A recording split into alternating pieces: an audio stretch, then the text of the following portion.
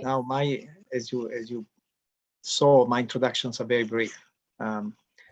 Clare Stanton is in charge of communications outreach at Harvard's Library Innovation Lab, but she's also a millionaire. She makes her own hats, so I'm a little disappointed that we cannot see one of your artifacts. And that's all. As I mentioned at the beginning, you can go to lasertalks.com and find a detailed bios with also links. I give you the podium. Let's see. Can I get set up with Sure. some slides?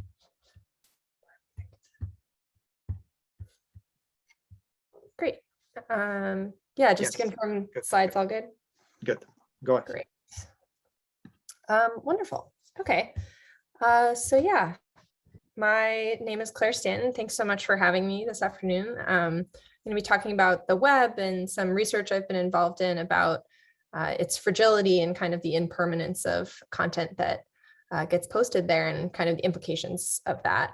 I'm a librarian by training, and I'm the outreach and communications coordinator for a project called PermaCC.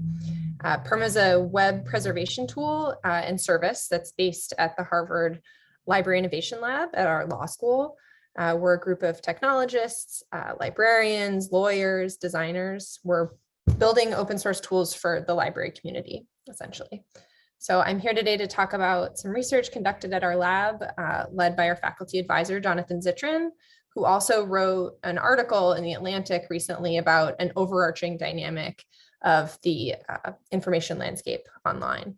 So we'll sort of set the scene about impermanence and how it sits in the library and archive world. I'll share that research that we conducted into the extent and scale of the problem, and also get a bit into specifically how cultural heritage groups are thinking about that problem. Then we'll have some time at the end for a Q&A, and I'll be happy to answer any questions about our study or what we've learned at the lab just about Linkrot, which I will define later, and web preservation in general. So Professor Zittrain's Atlantic piece is a really good place to start because it very much sets the scene for why we do the work we're involved with at Perma.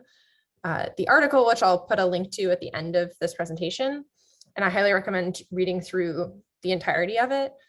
It starts off at the inception of the internet, and then by extension, the World Wide Web, which at its core was kind of designed by its circumstance in an academic setting and not necessarily with an eye towards its eventual ubiquity, which is totally understandable, both because it's very hard to imagine the eventual repercussions of a technology that so fundamentally shifted society, and because of this academic mantra of not letting the perfect be the enemy of the good. And at the time, there was no kind of need or desire or even really a possibility to have a centralized hub of information on the web. The lack of accountability or standards beyond kind of the technical specifications for posting on the web were essential in the beginning. But Professor Zittrain points out correctly that that distribution of content also means gaps in responsibility. So websites are up until they're not. And as the internet grew in popularity, more and more information began to exist exclusively online with no physical counterpart in the analog world. And that, of course, sits in contrast with civilization's previous models for information preservation, because for thousands of years, the culture of a citation, information sharing, and history was scaffolded by institutions like libraries and archives, which had spent a lot of time meticulously gathering and preserving those physical outputs of a society, whether they were books or pieces of art or unique documents. And while there's kind of not technically a centralized distributor of those materials either, the relative permanence of non-digital objects make it possible to systematically gather and safeguard those types of things. And by contrast, digital objects existing on the web are way more fragile. And as it stands, the disappearance or alteration of content on the web is completely in control of its host. So a website that's here today can be completely gone tomorrow or in an hour, without a trace. There's no kind of record of what used to be there in any real way. And that phenomenon is called Linkrot, which many users of the web have experienced one way or the other. The most visceral and kind of recognizable form of this is that 404 error, page not found. It's what a browser serves when there's no information to be seen at a particular URL. And Linkrot's not purely hypothetical. It can have consequences. A couple of examples at the highest echelons of our government have come over the past many years. First, in our United States Supreme Court, Justice Samuel Alito wrote an opinion published in 2011 that included a link to a website, ssnat.com, for readers to reference. The owner of that website did not continue maintaining the domain, and it was subsequently purchased by someone that we like to refer to as an impish activist who was kind of hoping to make a comment about the fragility of the web. So now if you click on Justice Alito's footnote reference in a Supreme Court opinion, you won't see the website that he was trying to make a point about, but you'll get this message.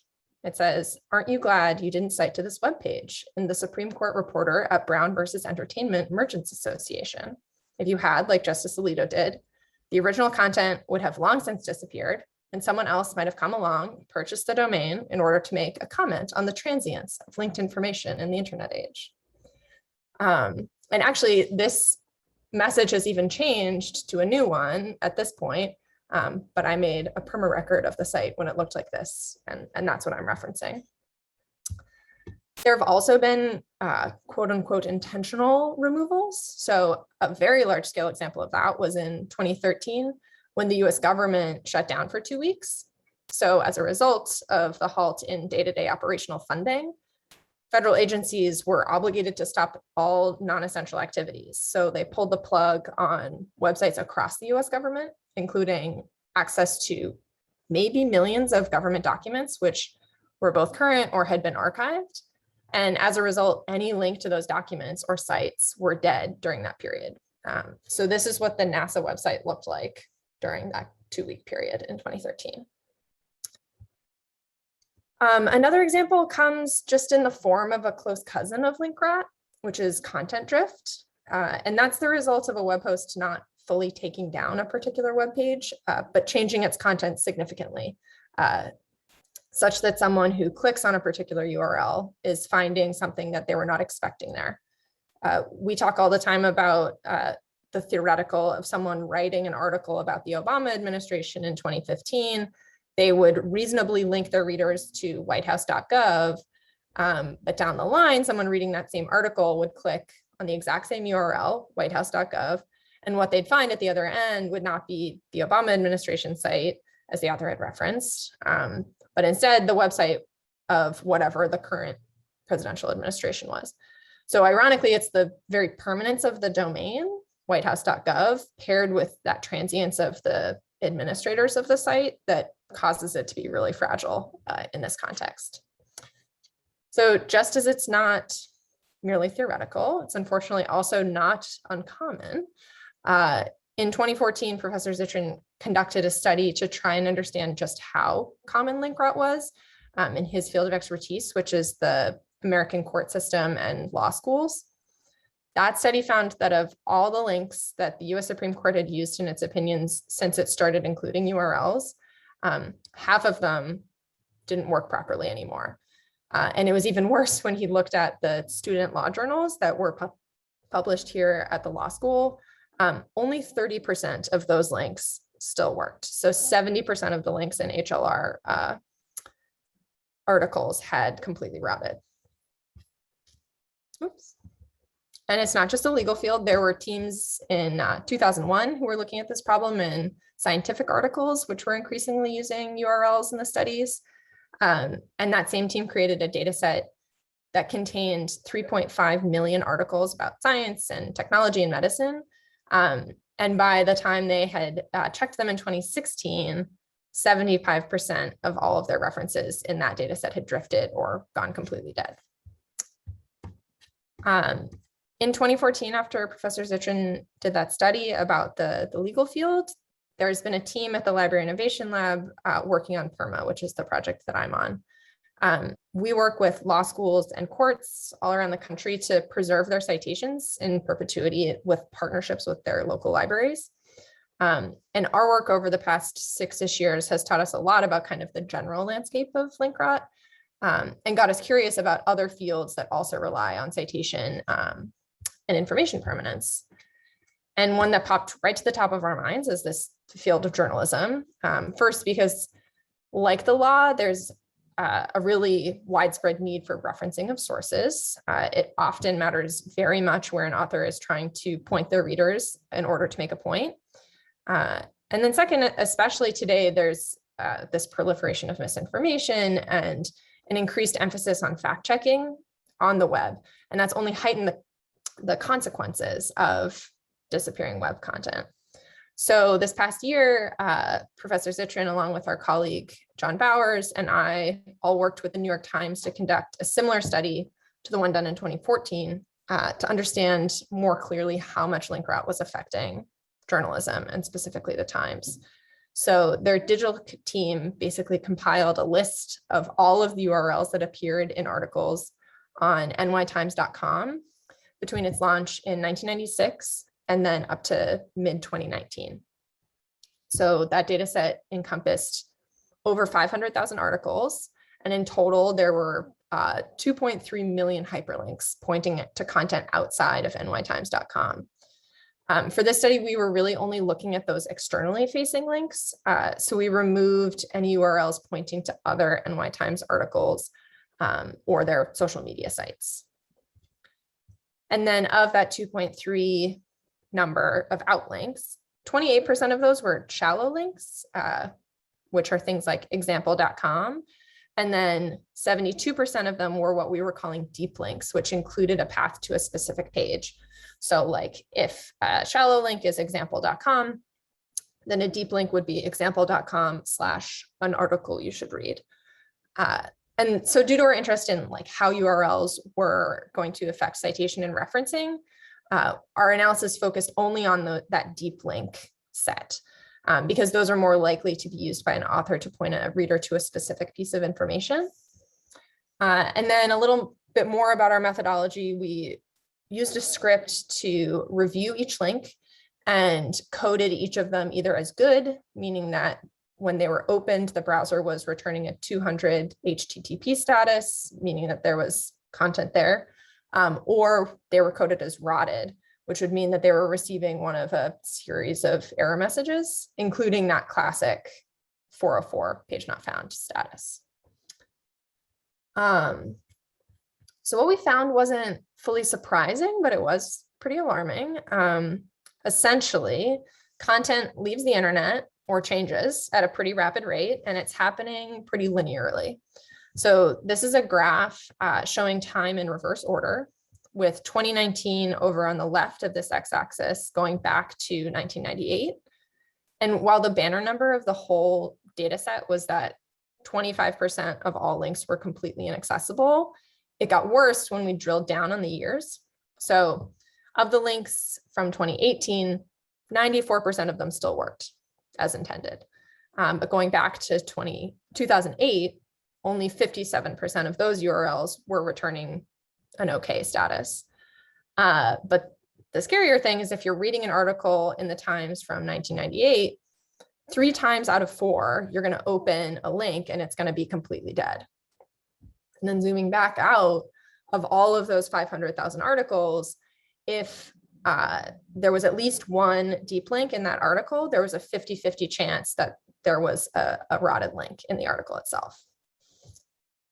So those are pretty big numbers, and that's kind of looking at the landscape as a whole. Beyond that, we were able to identify a couple of things that made web pages more likely to rot.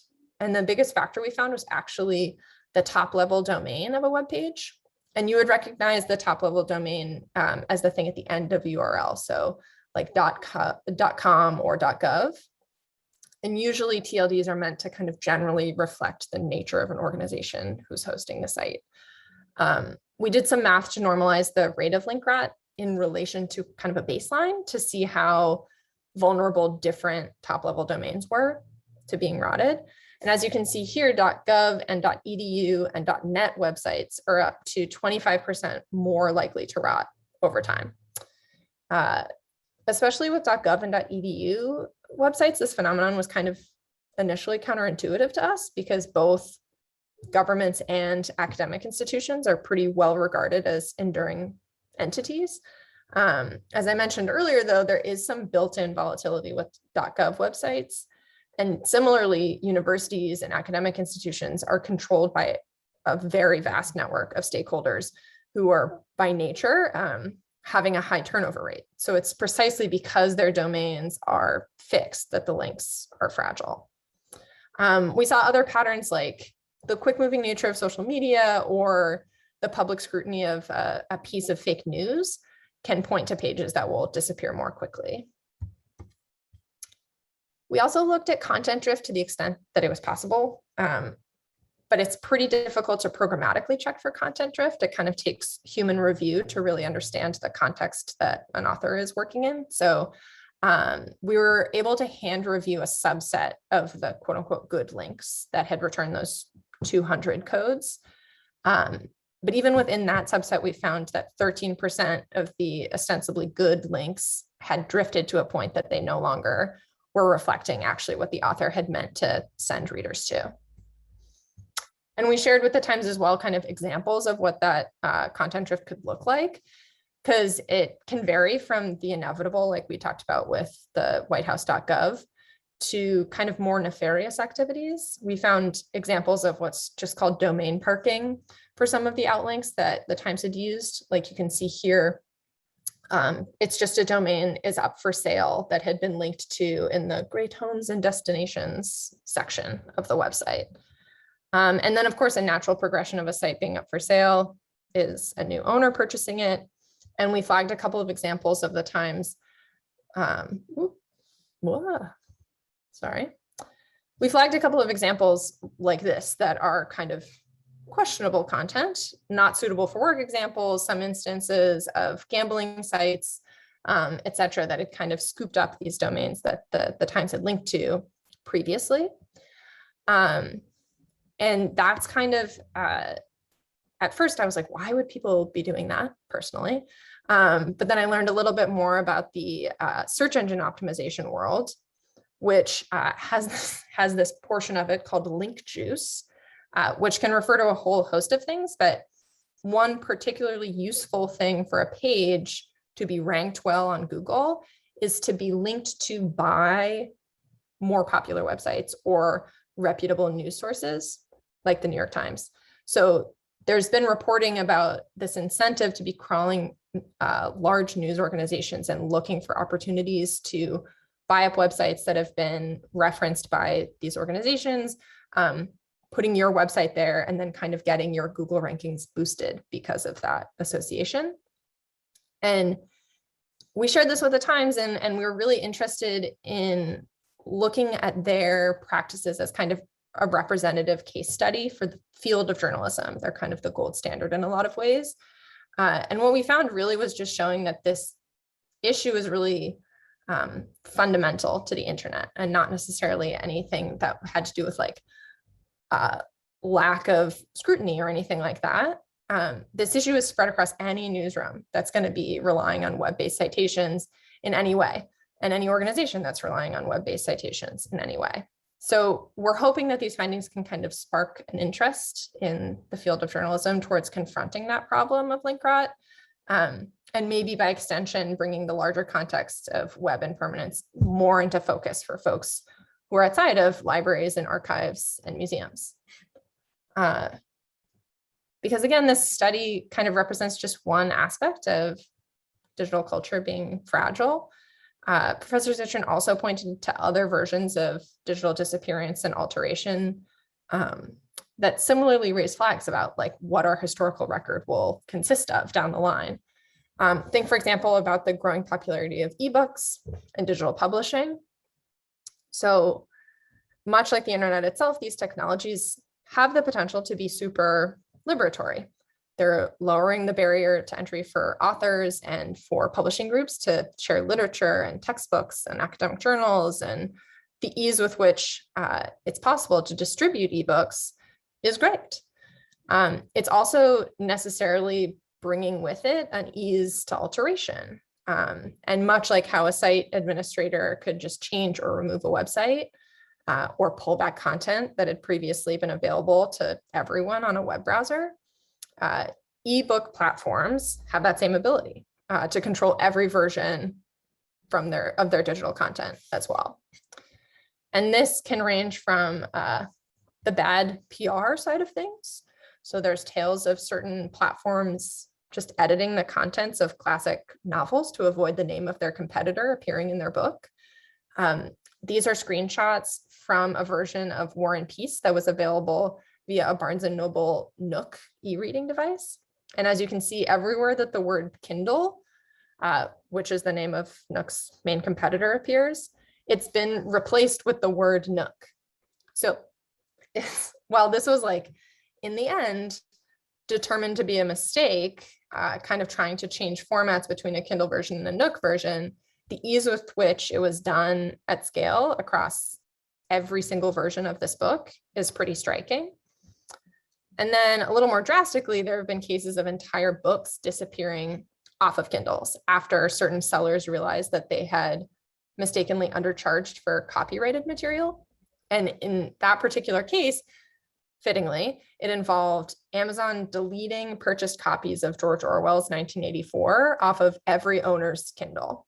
And it was seen at the time as perhaps alarming, but not a super huge issue, mainly because there's plenty of physical copies of 1984. The work was not truly lost. You could go to the library and still read 1984.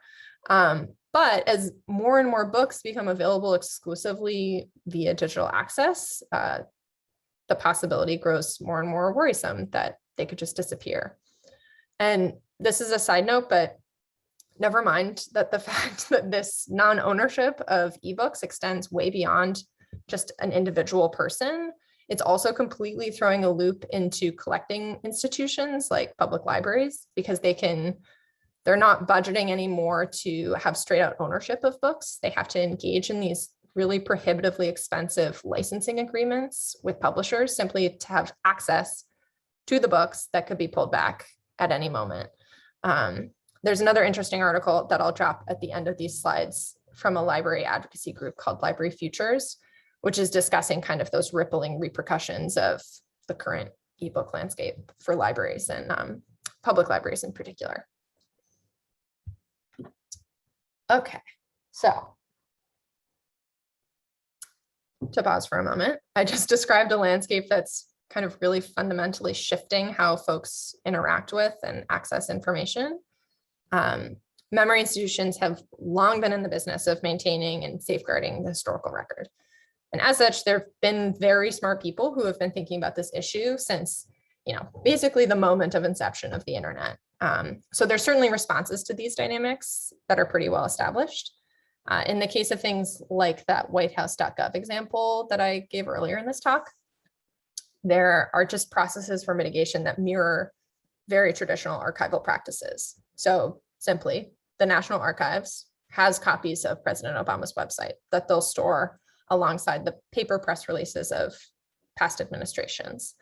There are initiatives like the ever important Internet Archive and their Wayback Machine, and their kind of mission and endeavor is to capture as much of the web at a given moment as possible. At scale, though, those are kind of difficult to maintain as solutions because not every website gets the care and attention of whitehouse.gov.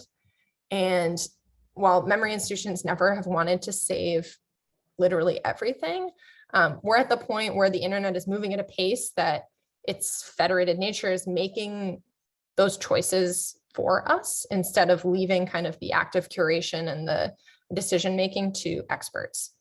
So while both of these mitigations are essential, they still kind of only answer so much of the problem. Sometimes the internet's just moving too fast and links are lost before they can be captured by their wide net. And in those cases, it kind of seems like the burden of preservation might need to be moving a little bit farther down the line to the authors themselves, as opposed to kind of waiting for them to go through a process with traditional libraries or archives. And this is kind of at its core what PERMA was built for, which is allowing authors to proactively archive a particular web page for their citations. It stands in complement to these larger scale efforts, but does mean that it's judges and journalists and researchers who are making decisions about what's preserved. And that type of shift is requiring more partnerships between publishing entities like newsrooms and more classically trained information professionals to kind of get everyone's mindset in the right place so that those judges and journalists and researchers aren't kind of thinking like librarians, archivists, and museum curators on their own. And that in combination with kind of a greater acknowledgement of malleability of digital information and a bigger dedication to transparency around alterations in web-based publishing, I think can bring us closer to a system of preservation that's going to allow future generations to truly kind of see the whole picture of the internet age instead of having these big black holes. Because I really love this quote from the end of Professor Citrin's article. She ends with this thought. So, society can't understand itself if it can't be honest with itself. And it can't be honest with itself if it can only ever live in the present moment. So the fragile web is pulling us more and more exclusively into the present. Like, we're very focused on the latest update. When we update things, we forget what was said in the past. And the liberatory aspects of the internet have opened doors for more voices to be heard and for those voices to be kind of heard further afield. But now we're kind of catching up to this dynamic in a way that it's really time to make sure that it's possible for that information and those voices to live beyond this super fragile in the moment now. And yes, that's kind of my speech. Sorry to maybe go over a little bit there, but I would love to answer any questions people have about research or Linkrot or the article. Yeah, very good. Thank you very much. We were aware, I'm sure everybody was aware of some of these problems, but when you see it well researched and organized, you realize the impact that it could have on human civilization. I remember how many times I heard people say the Library of Alexandria burned down, or we lost all the texts. Instead, thanks to the internet, things will remain forever. That's debatable. I personally am more concerned about content drift, actually. Perhaps it's just me. I happen to have frequently this problem where I see something on Google that sounds attractive, and when I click, I get to a page that's already been changed. Sometimes it has obviously been purchased by somebody else who completely distorted the content. Now, you had a slide where you said that rotlink rates are actually higher on .edu than on .com, .edu, .gov, than on .com, which is puzzling, but maybe there's a simple explanation. But what about content drift? What's your guess? I know it's extremely difficult to do a real statistical thing. My guess would be that that is a bigger problem in .com, because .com domains get purchased at a much higher rate. Yeah, we don't have numbers on that, but I think that your instinct is probably correct. I think when we see that really high spike in Linkrot on .edu, it really is because educational websites and university websites tend to be restructured a lot versus actually anything changing. So just the actual kind of hierarchy of the website change, which breaks links as opposed to updating them. Yeah, I think there's also, don't want to call it, but naive, that the people who work for a .com usually are more careful what they link to, and if they change a page, they're more aware things have impact. And somebody somebody in the university is more likely to just move a content from one page to another page without realizing all the people are going to the old page will not find it. In a .com, usually you pay attention. If you change the location, you will put a forward or something. So I can see that. I can see that. Certainly. And I think it's also, if you think about the ratios of maybe professional web developers working on .coms versus folks who are posting things kind of as a tertiary to the academic work that they're doing. They're not necessarily web developers themselves, which feeds into that dynamic you're talking about. Yeah, I don't know if it's if it's a valid point or not, but should we also educate people that when you link, you have to be careful that link should have some kind of resilience. And I see it myself. Years ago, I would probably just put a link and call it paper. Okay, click here and that's the paper of this thing.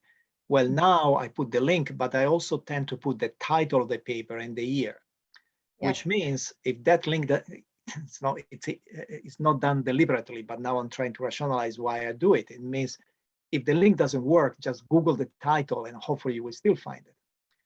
So, sure. Yeah, I think that's a lot of the kind of advocacy that we do.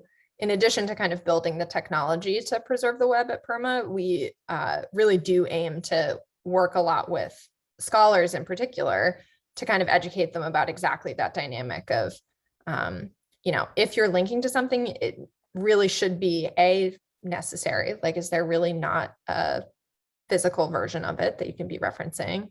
And B, is there a way for you to be backing it up so that if the link does go down, it's not just disappeared from your research? Yeah, I think that's one thing. We trust the link a little too much with the old book with the paper. You don't know where the book is. You have to search for it. If I go to a green library, yeah, there's some help, but it's not the same location in another library. So I assume that I have to look for the book. And when we are on the web, we take for granted that it's there. There's an address and it's there for everybody in the world. And maybe we have to train ourselves to think that we still have to search for things sometimes. Yeah, I think much like how there's a new kind of version of literacy, of information literacy in the form of web literacy, there's also this kind of new need to learn more about how to do research on the web versus, a lot of people get trained on how to do research in physical libraries, and there's less kind of emphasis on what it means to do that on the web. Okay, you have 2 questions in the Q&A. You want to read them for us? Sure. Okay. Ironically, archive.org, which is the Internet Archive, strives to preserve the content once held on the internet. But while inaccessible links imply philosophically the content does not exist, we seem to have a case of lost but not gone entirely content. Can you foresee ways the internet-based bots may reconstruct aged or early retired links? Yeah, so this is a question essentially about access to things that have rotted on the web. So it actually kind of relates to exactly what we were just talking about, which is like when people use the internet, they expect instant access to the thing at the end of a URL. And if that thing is dead, oftentimes people don't go and look on the Internet Archive to see if what they were supposed to see at the end of that link is there. And there is some possibility and precedence for the Internet Archive backfilling dead links. So a great example is a couple of years ago, they had a partnership with Wikipedia, which was having a problem with dead links, where they went through and used scripts and bots to find all of the dead links on Wikipedia, check the Wayback Machine to see if there were versions of those web pages, and then replacing the dead links with the archived ones from the Internet Archive, which solves that access problem because it's the same amount of effort to click on an archived link as it is to click on a regular URL. But that had to be done in partnership with Wikipedia. It's not really possible to do for the entirety of the internet because you need the permission and the access from a site administrator to say, yes, please find all of my dead links and backfill them with things that you might have records for. So it has to be a collective effort to shift that accessibility. But I do also always tell people to add that kind of stopgap to their minds. If they hit a dead link, you should check the Internet Archive to see if they have it. Because a lot of times they do. It doesn't happen every time. I mean, it's very difficult to capture the entire web, but that's kind of a research technique that as a librarian, I try to kind of instill people as much as possible. Like, check the Internet Archive, even if it's not right in front of you. I think it's a good idea to use bots also. I think maybe somebody can write a software bot that can help automate in general. I can't see now, but I think it's a good proposal. Definitely. Okay, next question. And then the other question is, can anyone archive a web page or website to PermaCC? Any costs or restrictions to do so? So that's kind of a two-tiered answer. So we started off as a service that was only available to folks who were affiliated with an academic library. So the only way that you could add things to our collection was by being a student or a faculty member at one of our partner library institutions, or via being a judge who is affiliated with a library. That for that community, it's still completely free to add anything to Perma. And if you would like to find out if your institution is affiliated with Perma, I'd be happy to look it up for you. I know Stanford is a Perma partner. We did recently open it up to the more general public to be able to add things and use Perma, but there is a fee in the long term. We offer subscriptions to folks, and we try to make those, much more on the scale of an academic project, trying to kind of prove to the university that we can expand beyond ourselves as opposed to, making a profit. So if it's something that's of interest to you, please reach out to us. We'd love to work with you on getting you access. I'm not particularly fond of legislating too much what can and cannot be done on the internet, but can you see any kind of law that would make sense to prevent, well, in my case, I'm really concerned about content drift, that prevent people from distorting what was written before at a certain address? Yeah, I think a more plausible solution would be for there to be more emphasis and standards around documenting content drift or documenting changes on websites. Part of the reason it's so hard to study this is because there's no trace of a change in the code of a website. But there's tons of standards on the web about what you can put up, how you can put it up. Like every programming languages has a very strong set of rules. And I think rather than legislation, it might be worthwhile for there to be a more built-in infrastructure for doing something like versioning of websites to make sure that those are publicly available, as opposed to not being able to change them. I think transparency is going to end up being more useful because the web is just too wily, I think, to try to put any true restrictions on it. That's a good point. Anyway, okay. I guess we can have this conversation for many days. Thank you very much. Thank you also, Heather, if you're still there. This was a very informative evening. And thank you, audience, for listening. And we'll have the videos up very soon if you want to watch it again. Thank you. Bye-bye. Thank you. Thanks.